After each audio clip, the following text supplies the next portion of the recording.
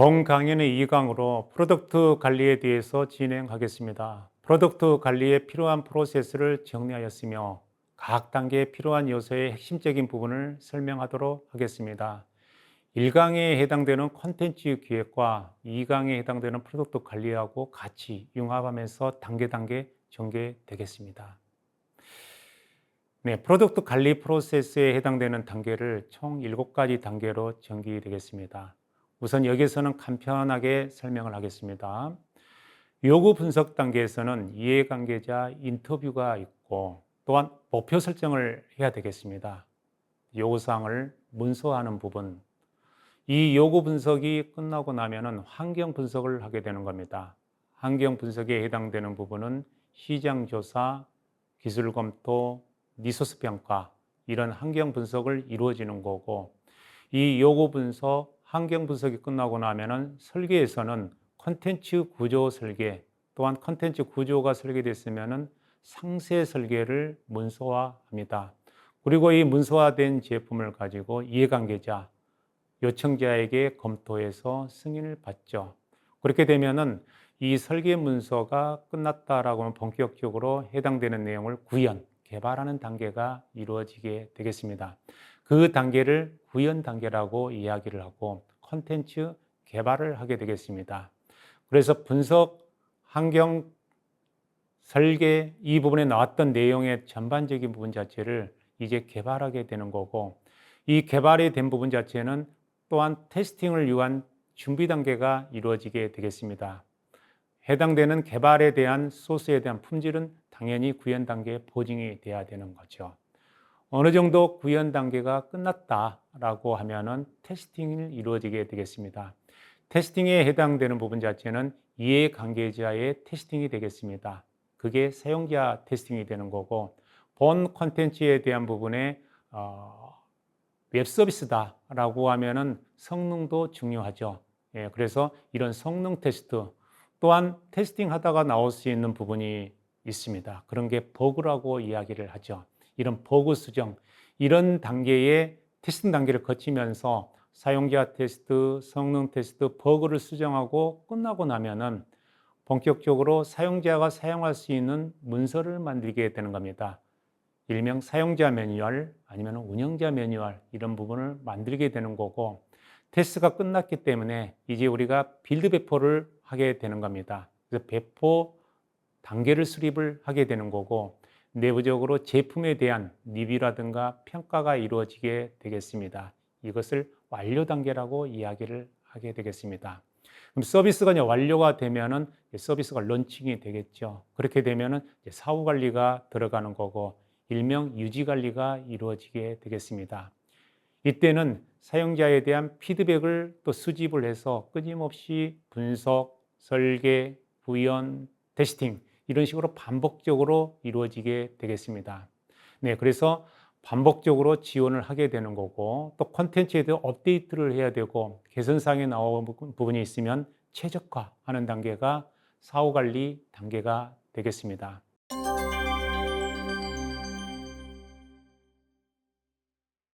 그 중에서 사용자 분석을 상세하게 이야기를 하겠습니다. 사용자 분석에 해당되는 부분은 제공되는 서비스와 콘텐츠를 통해 사용자가 무엇을 요구하고 원하는지 니즈와 원치를 분석하는 부분이 되겠죠. 네, 그래서 원하는 부분과 니즈를 분석을 해서 그 해당되는 내용을 프로젝트 시작에서 종료까지 반복적으로 라이프 사이클을 스프린트하게 회전하면서 지속적으로 이루어지게 되겠습니다. 상호작용 기반으로 해서 디지털 콘텐츠를 설계할 때에 반드시 포함되는 과정입니다. 사용자 분석이라는 부분은 전반적인 이 콘텐츠 개발을 해야 하는 기준이 되기 때문에 상세하게 설명을 해줄 필요가 있는 과정이죠. 네, 제공되는 서비스와 콘텐츠를 통해 사용자가 무엇을 요구하고 원하는지에 대한 니즈, 원치를 분석하는 것, 이런 게 결국은 사용자 분석이다라고 이야기를 하게 되겠습니다. 또한 제품 분석을 사용자 분석과 사용자 경험에 대해서 구분이 필요로 합니다. 사용자 분석은 제품이나 서비스를 사용할 대상, 사용자에 대해서 체계적으로 이해하는 과정으로 사용자의 실제 필요를 정확하게 파악하고 이를 제품 설계에 반영하는 것이고요. 사용자 경험은 사용자가 제품이나 서비스와 상호작용할 때 얻은 전반적인 경험으로 사용자가 좋은 경험을 할 수 있도록 제품의 사용성, 접근성, 효율성, 즐거움을 최적화하는 것으로 구분하시면 되겠습니다. 네, 그러면은 우리가 제품을 분석을 한다라고 이야기를 했을 때 UI, UX 개념을 알아둘 필요가 있습니다. UX는 감성적인 부분을 표현하는 것이고 UI는 기술적인 부분을 표현하는 부분이 되겠습니다. 그래서 UX에 해당되는 부분은 상호 디자인, 인터랙션 디자인, 와이어 프로그램, 아니면 프로토타입, 아니면 IA 구조, 유저에 대한 질문지, 설문지라든가 또한 테스팅 시나리오, 이런 식으로 사람들이 제품을 사용할 때 무엇을 느끼는가를 정해주는 감성적으로 접근한 부분이 UX가 되는 거고, UI 쪽에 해당되는 부분은 가상적으로 설계를 하는 겁니다. 그리고 눈으로 눈으로 볼 수 있게끔 비주얼 디자인하는 거고, 색깔, 화면의 특색, 그런 부분을 정의하는 부분이 됐고, 그럼 그래픽, 또 하나 레이아웃, 폰트, 이런 부분으로 해서 사람들이 제품과 상호작용할 때 무엇을 사용하는가에 따라서 기술적으로 접근하는 부분이 UI가 되겠습니다. 네, 그렇게 UI, UX를 정의하고 나면은 우리가 프로덕트 관리에 해당되는 중요한 아이디어 요구사항 분석에 대한 프로세스가 있습니다. 이 요구사항 분석 프로세스는 총 6가지 프로세스가 있는데 한번 쭉 전개해 보겠습니다. 먼저 개요와 흐름을 파악하는 단계, 두 번째 목적을 파악하는 부분, 그 다음 내용을 파악하는 부분, 수행 조건을 파악하는 부분, 범위를 파악하는 부분, 그리고 마지막으로 이 아이디어와 요구사항에 대한 부분을 일정을 파악하는 부분이 있게 되겠습니다. 그 중에 첫 번째 해당되는 부분이 아이디어 요구사항 정의라고 할 수 있게 되겠습니다. 네, 그렇게 해당되기 위해서는 프로세스가 다음의 프로세스를 거치게 되는 겁니다. 첫 번째, 개요 및 흐름을 파악을 해야 되겠죠. 목적을 파악하고 그 중에서 개요 및 흐름을 파악하기 위해서는 아이디어 분석, 요구사항을 분석을 합니다. 아이디어 분석이라 하면은 프로젝트의 성격과 내용을 대표할 수 있는 프로젝트의 이름, 고객사, 사용자를 파악하는 부분이 되겠습니다. 또한 요구사항 분석할 경우에는 요청서가 있을 경우에는 요청서에서 제공될 경우 목차를 좀 숙지를 하여서 전반적인 프로젝트 내용과 흐름을 파악하는 부분이 되겠죠. 그리고 나서 개요와 흐름이 파악이 끝났다라고 하면은 여기에 대한 미션, 목적을 파악을 하게 되겠습니다.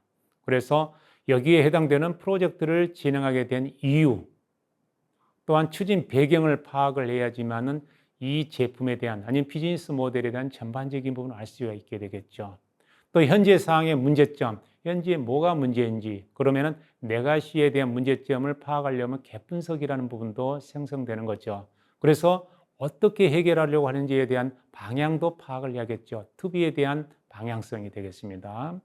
그리고 무엇을 개선하려고 하는지에 대한 프로젝트의 최종 목적, 기대 효과, 그건 사용자에 해당되는 니즈를 제대로 파악을 해서 원하는 것을 제대로 성과낼 수 있는 부분이 되겠습니다. 그리고 나면은 가장 핵심인 내용을 파악을 해야 되겠습니다.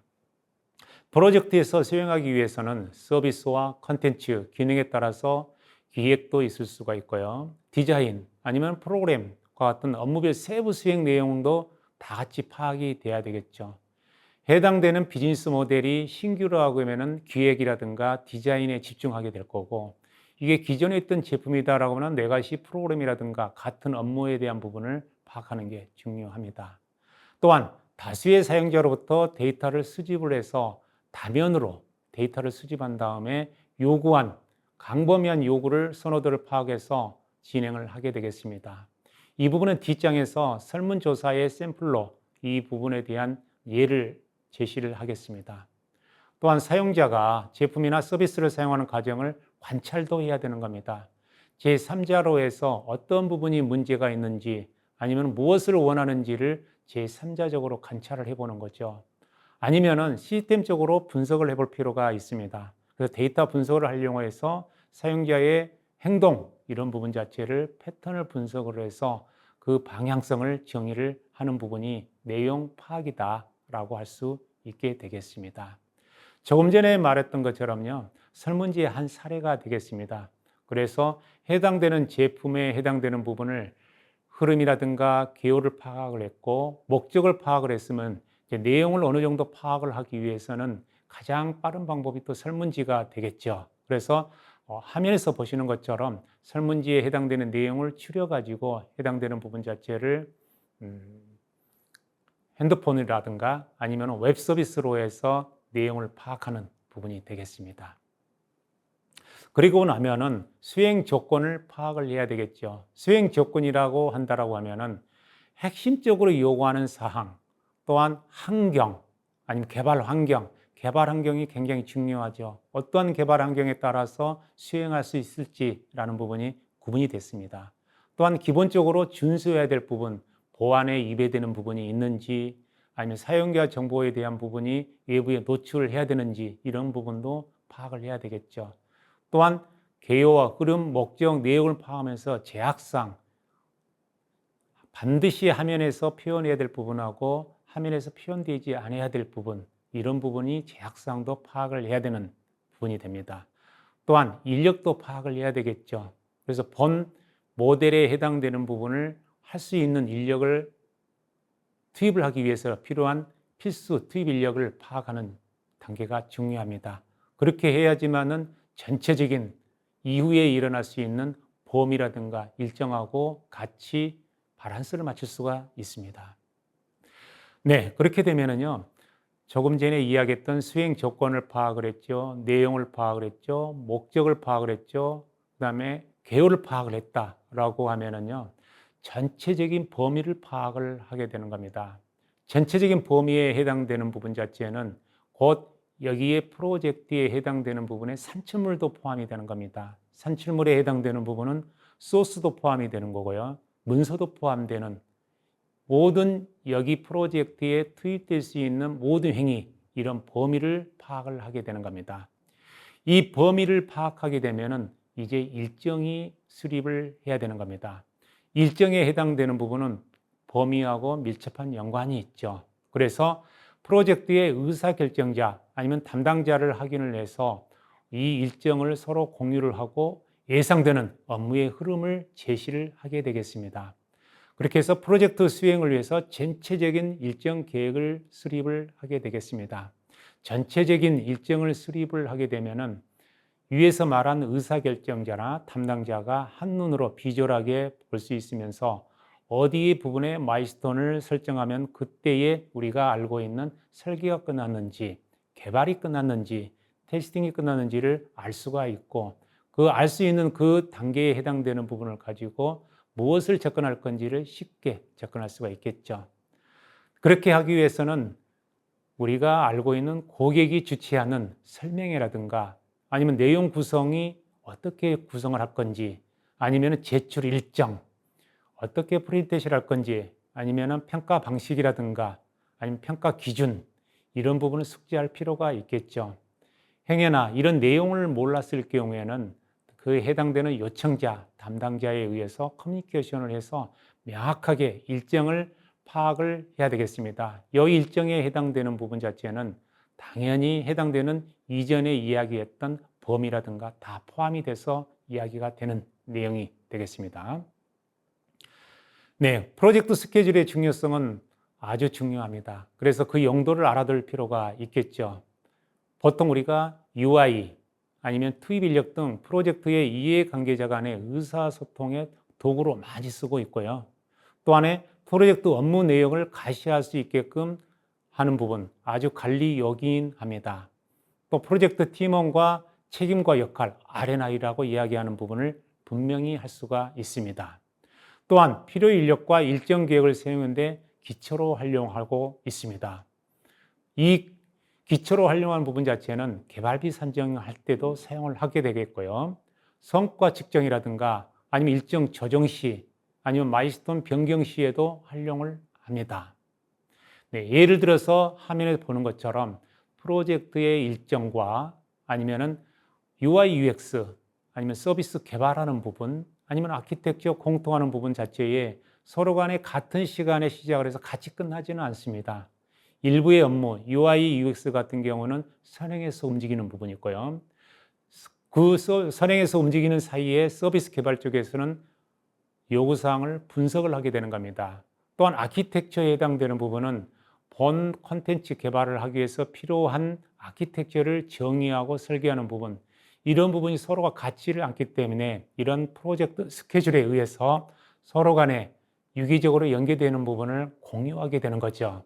그렇게 되면 프로젝트 관리에서 어느 시점에서 프로젝트를 계획을 할 건지, 어느 시점에서 중간 보고를 할 건지, 어느 시점에서 테스팅 계획을 할 건지, 어느 시점에서 이행을 할 건지를 한눈에 볼 수가 있게 되는 거죠.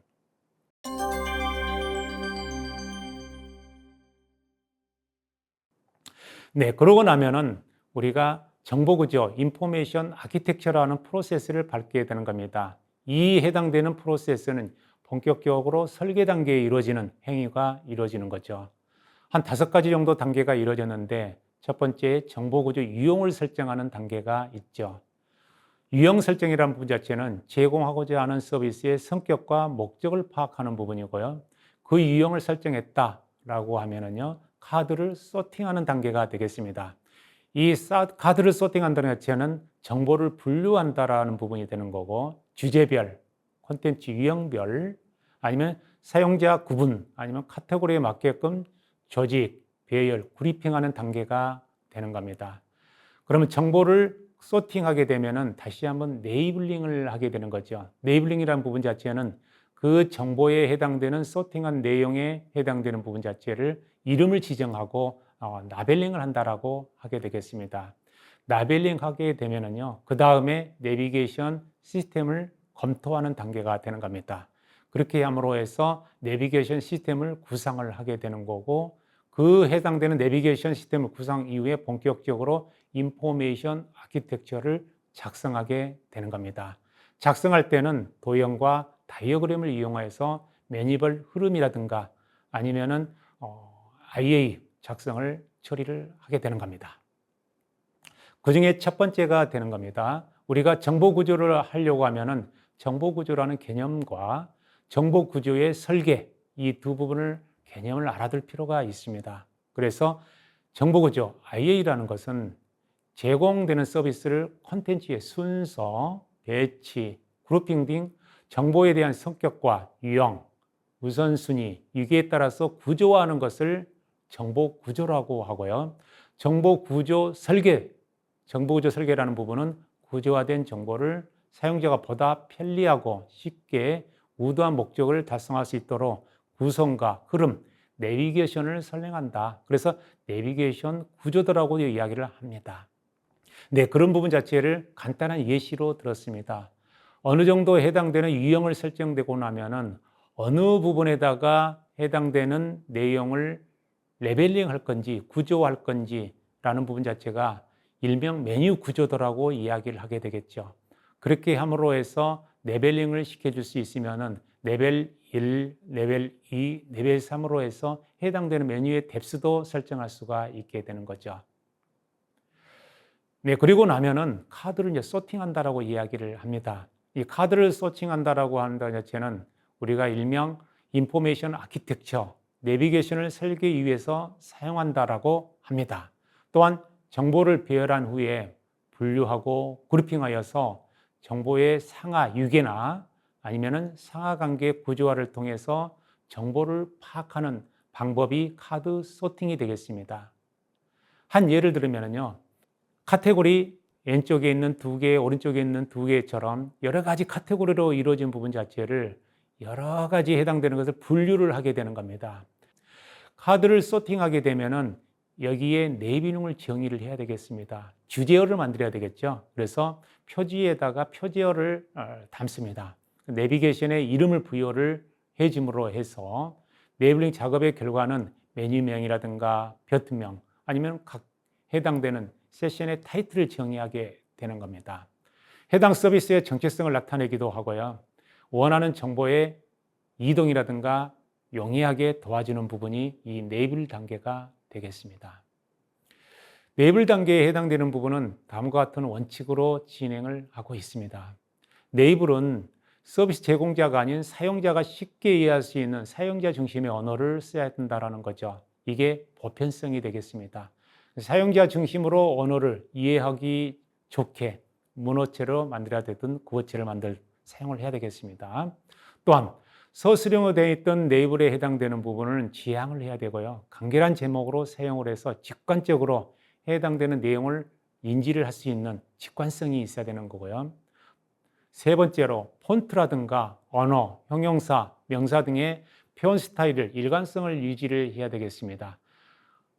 한쪽 화면에서는 폰트가 크게 하고 두 번째 화면에서는 폰트가 적게 하면 일관성이 떨어지죠. 그러면은 이 사용자가 보는 데에 일관성이 떨어지면 가독성이 떨어지죠. 그래서 일관성을 유지를 해야 된다라는 부분이고요. 또한 서비스 내에서 각 정보에 대한 하나의 이름을 가져야 일관성, 상호 배타성이죠. 네, 그래서 서비스 내에서 정보에 해당되는 것은 유일하게 하나의 정보, 그래서 추적하기 편하게 가는 거죠. 이런 부분을 상호 배타성이라고 하는 겁니다. 그래서 네이블의 원칙에 해당되는 부분은 보편성, 직관성, 일관성, 상호 배타성의 원칙을 가지고 접근한다라고 이야기를 합니다. 그리고 나면은 이제 내비게이션 시스템을 처리를 해야 되는 겁니다. 그러면 우리 내비게이션이라는 용어를 알아둘 필요가 있죠. 일명 내비게이션이라고 이야기하는 부분은 항해, 항해술, 항법이라는 말을 쓰고 있고 항공기나 선박이 어느 한 지점으로부터 목표로 하는 다른 지점까지 안내하여 도달할 수 있도록 유도하는 방법이나 장치를 내비게이션이라고 합니다. 그래서 우리가 제품을 설계할 때는 내비게이션이라는 부분을 굉장히 강조하고 있습니다. 그것은 사용자가 제공하는 서비스를 이용하면서 원하는 정보를 빠르게 찾아갈 수 있도록 안내하는 시스템이 되겠죠.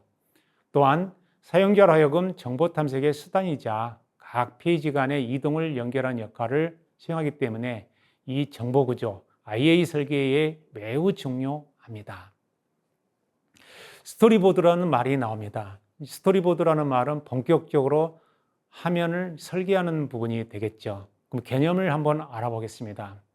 영화나 드라마, 광고, 애니메이션을 작업할 때 실제 촬영에 앞서 핵심 아이디어나 각 장면의 줄거리를 담아내는 부분이 되겠습니다. 또한 인물의 위치, 카메라에 대한 앵글, 조명에 대한 각도, 배경음악, 효과음 등 콘티의 형식으로 작성된 문서도 의미하게 되겠고요. 또 제공하고자 하는 서비스의 상세 화면에 대한 구성, 내용, 흐름, 동작 방식, 기능 등을 설계하는 것을 정의합니다. 일부 콘텐츠 기획에서는 스토리보드에 해당되는 부분을 화면 설계서라고 정의를 합니다.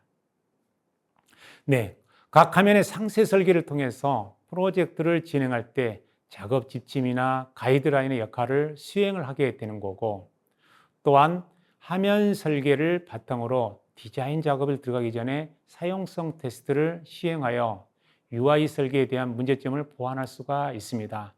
그래서 일명 사용성 테스트 하기 전에 사전에 화면으로 전체적으로 가고자 하는 뷰를 전체적으로 설계하는 이 부분이 되겠죠. 그러다 보니 프로젝트에 참여하는 모든 구성원들에게 효과적인 커뮤니케이션이 될 수 있는 문서가 되는 거고, 또한 이 스토리보드를 근간으로 해서 사용성 테스트의 시나리오 설계의 기준이 되기도 합니다. 그렇기 위해서는 스토리보드, 일명 화면 설계서에 대한 프로세스가 있습니다.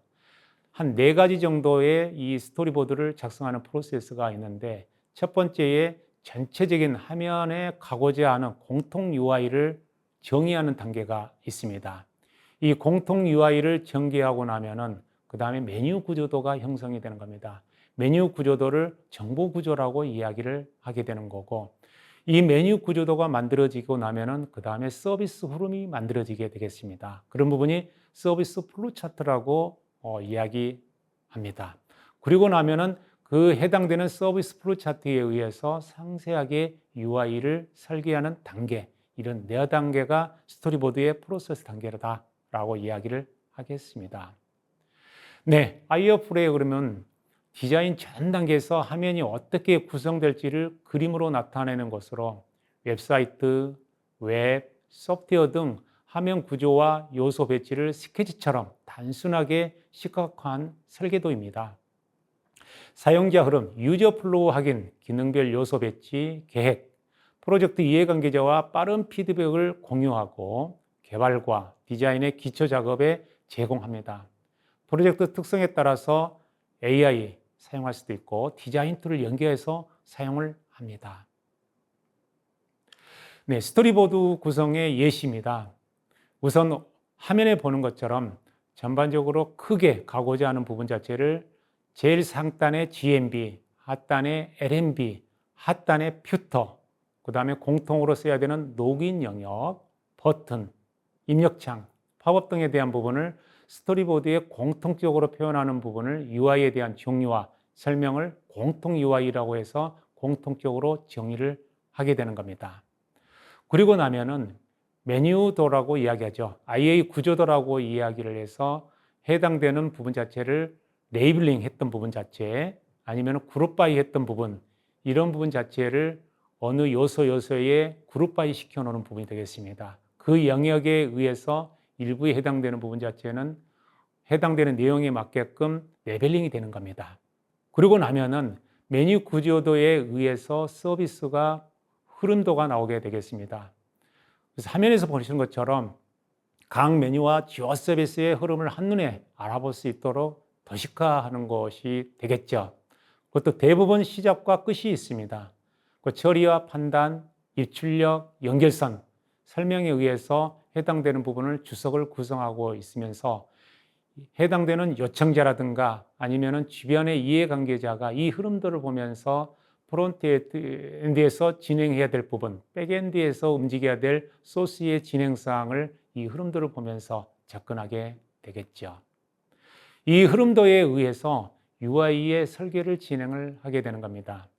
웹사이트, 웹, 소프트웨어, 각 화면에 대한 구성이라든가 기능, 인터페이스 요소 등을 구체적으로 문서화하는 자료가 되겠습니다. 이 자료에 해당되는 부분 자체는 전체적인 큰 그림도 있겠지만은 상세 화면이 있어서 각 화면마다에 해당되는 부분은 메뉴도하고 매핑시켜서 UI 설계가 이루어지고 있습니다. 또한 개발자와 디자이너가 실제 화면을 만들기 전에 어떻게 생겼는지 아니면 어떤 기능이 있는지 정확하게 이해하도록 도와주는 문서가 되겠죠. 그래서 처음에 접하는 개발자분들은 여기에 있는 UI 설계서를 보면서 어떻게 생겼는지를 흐름들을 보면서 아니면 메뉴 구조도를 보면서 아니면 UI 설계서를 보면서 해당 내용을 보게 되는 거죠.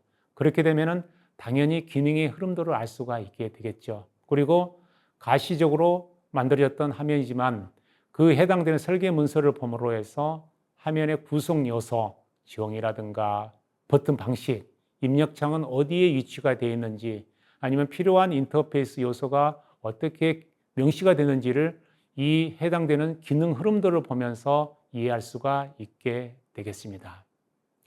그러고 나면은 프로토타이핑 제품이라든가 아니면 서비스, 소프트웨어 등을 개발하기 전에 기능, 흐름을 테스트해 보기 위해서 만든 초기의 프로토타이핑 제작 과정으로 완성 전에 대충 만들어서 시험해 보는 것입니다. 어느 정도의 UI 설계서가 만들게 되면은 이 부분 자체를 가시적으로 오픈하기 전에 프로토타이핑 시제품을 만들게 되는 거죠. 그렇게 하면서 일부에 해당되는 부분을 대충 시험해 보는 과정이 되겠습니다. 이 일을 통해 문제를 빨리 발견하고 수정할 수가 있어 당연히 비용이라든가 시간을 절약할 수가 있게 되겠습니다. 또한 추상적으로 아이디어가 만들어졌던 부분 자체를 시각적으로 아이디어를 구체함으로써 사전에 테스팅할 수가 있겠죠. 또한 사전에 테스팅을 함으로 해서 문제점을 발견하게 되는 거고, 사전에 사용자 경험을 미리 확인하여서 개발 비용과 시간을 절약을 할 수가 있습니다.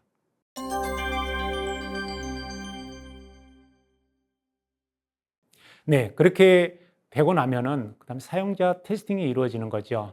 네, 구현이 끝나고 나면 이제 사용성 테스팅을 하게 되는데 다음과 같은 프로세스로 전개되는 겁니다. 먼저 사용자 테스팅을 하기 위해서 필요한 부분은 목표가 설정이 돼야 되고요. 목표가 설정이 되면은 해당되는 이슈 사항을 정리를 해야 되겠습니다. 뭐 이슈 사항이 문제점이 있는 부분을 도출해야 되겠죠. 그리고 그게 끝나고 나면은 시나리오 설계라든가 기법을 정의합니다. 그리고 나서 시나리오 설계대로 잘 되는지를 수행을 해보는 겁니다. 수행을 해본 다음 결과를 분석을 해야 되겠죠. 그래서 본 사용성 테스트가 문제가 있는 부분은 문제가 있는 대로 분석을 해보고, 아니면은 기능별로 잘 되고 있는지를 검토하는 게 결과 분석이 되겠습니다. 그렇기 위해서 목표 설정에 해당되는 부분은요, 테스트를 통해서 발견하자고 하는 목표를 무엇인지를 설정하는 겁니다. 기준점을 잡는 겁니다. 그리고 이슈사항을 정리를 하죠. 그래서 테스트 수행 시간에 사전 사후에 발생할 수 있는 이슈 리스크를 도출을 하는 겁니다. 그리고 나서 대상자를 선정을 해야 되겠죠. 타겟팅을 선정하는 겁니다. 그리고 해당되는 참가자도 또 선정을 합니다. 일부는 설문조사를 해서 수행 시나리오를 목록화를 하는 단계, 그 목록화되어 있던 부분 자체를 가지고 기본 정보라든가 아니면은 참가자 같은 경우에는 동의서를 작성을 해서 시나리오 따라 진행을 합니다. 그리고 나서 전체적으로라든가 아니면 기능별 효율성이라든가 이런 부분에 수행된 결과를 가지고 오류 분석을 하게 되겠습니다. 네. 그래서 이 부분 자체를 상세하게 목표 설정에 대한 부분을 상세하게 정의를 좀 해보겠습니다. 테스트를 통해 발견하고자 하는 목표가 무엇인지 설정하는 것, 또한 사용자 선호도 조사, 사용자 인터페이스 문제점 발견, 특정 기능과 사용자 만족도, 또 인간관계의 규명과 같이 사용성 테스트에 대한 목표를 명확화해야 되는 겁니다. 사용자들의 서비스의 이용 동기, 목적, 기대 효과와 제품 검색 방법에 대한 다양한 사용자 패턴을 분석을 해야 되는 부분, 또한 사용자 개선, 쇼핑몰에 대한 구매 프로세스에 대한 단축, 고객 커뮤니케이션에 대한 채널 강화 등에 대한 구체적인 목표를 수립을 하는 단계, 이게 목표 설정 단계가 되겠습니다. 그리고 나서 시나리오 설계 및 기법 정의하는 것처럼 예시에 보는 것처럼 서비스별 아니면 직업별, 성별 아니면은 뭐 결혼 여부 아니면 인원 아니면 내부적으로 숙련도 이런 것을 다각도로 선별을 해가지고 정의하는 부분이 여기에 있는 시나리오 설계 기법 정의가 되겠습니다. 네, 그리고 나면은요, 해당되는 내용에 대해서 어느 정도 선정한 부분 자체를 비주얼하게 도식화해주면 비교하기 편하겠죠. 연령층은 어디를 집중할 건지, 아니면 연령층이라든가, 아니면 구매 비율, 해당되는 내용에 해당되는 부분 자체가 어디에 많은 사용하는지, 기능도라든가 이런 것은 비주얼하게 접근을 하게 되면은 어떻게 시나리오를 설계할 건지라는 부분을 기법을 정의할 수가 있게 되겠죠. 네, 그렇게 하기 위해서 필요한 부분 자체는 이제 사전에 동의를 받아야 되겠죠. 예, 그래서 테스트하는 사람들에 대한 부분에 사전 동의를 받는 부분, 이런 부분도 예시로 보시면 되겠습니다. 네, 그리고 나면은 이제 본격적으로 테스팅 시나리오를 만들게 되겠습니다. 테스팅 시나리오에 해당되는 부분은 이전에 만들어져 있던 IA, 이전에 만들어졌던 화면 설계서라든가 서비스 흐름도 아니면은 플루 차트를 보면서 해당되는 내용을 쭉 전개를 하게 되겠습니다. 그래서 이 시나리오 전개대로만 간다면은 결국은 제품에 대한 부분 자체가 완성도에 대한 부분을 검증할 수가 있는 거죠. 화면에 보시는 것처럼 예시 한번 참조하시면 되겠습니다. 네, 결과 분석은 예시와 같이 테스트를 통해서 수집한 부분을 정성적, 정량적 데이터를 기반으로 해서 문제점과 개선 방향을 도출하는 과정입니다. 사용자 행동, 피드백, 성공률, 오류 데이터를 정리해서 무엇이 문제인지를 어디를 고쳐야 하는지를 체계적으로 파악하는 것입니다.